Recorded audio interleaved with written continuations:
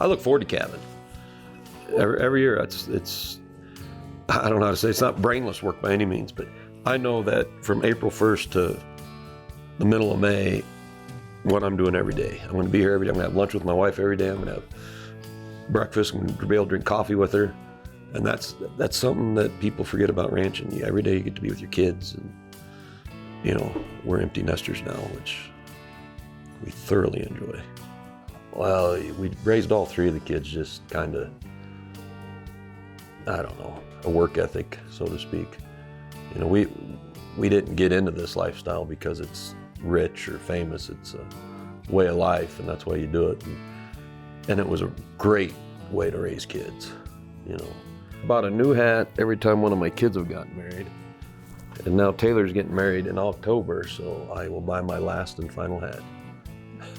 I don't know, there's so many challenges. Where we're at now,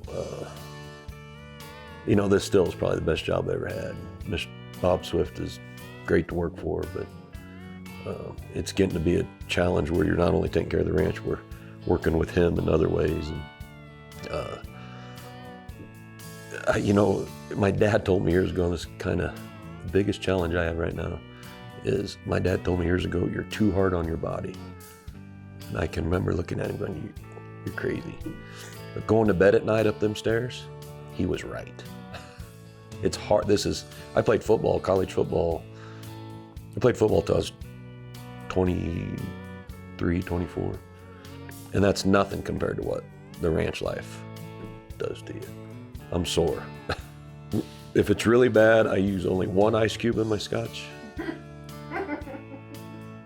And if it's not too bad, I use two. But usually by noon, I've got 20,000 steps on my Fitbit. And that's not from being on a horse, that's just covering country right here, you know. And riding a horse a lot is all core.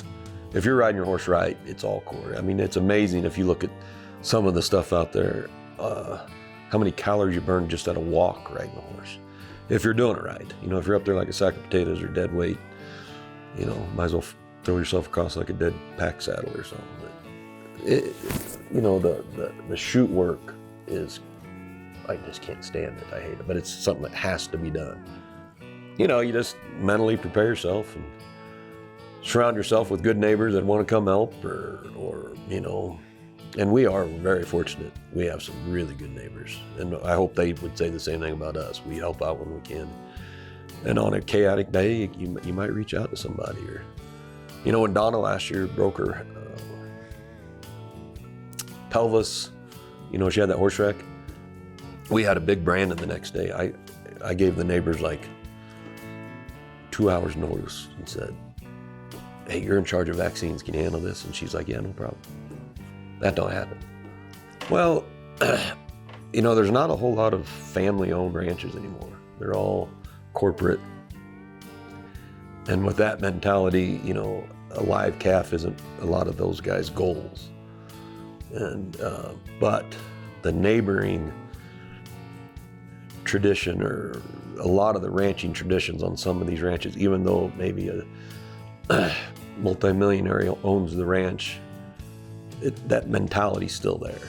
That, you know, when we brand, sometimes we have 40 people here, and so do the neighbors, you know, because they all got the same mentality. None of them are out here to get rich by any means, you know. And there's not a lot of kids.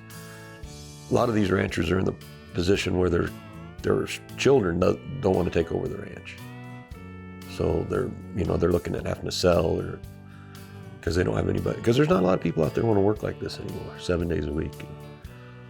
The help situation has always not been the greatest, but since COVID, it's miserable.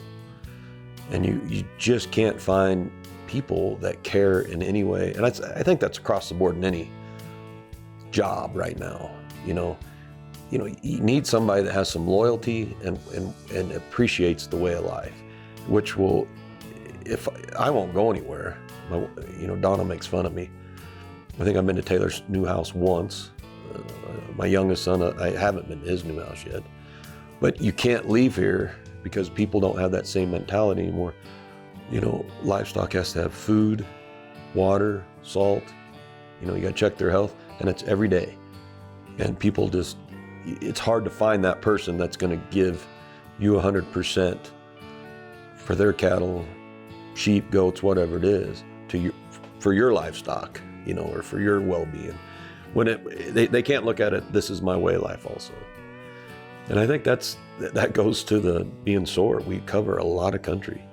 Calving season, right now we're in hand season. It's been rainy, so we're not out there now, but it's just 24/7. And I'm not whining at all. I actually enjoy it, fruits of your labor type thing, Matthew McConaughey say there's nothing better than sweating all day and accomplishing something, and that's probably the greatest.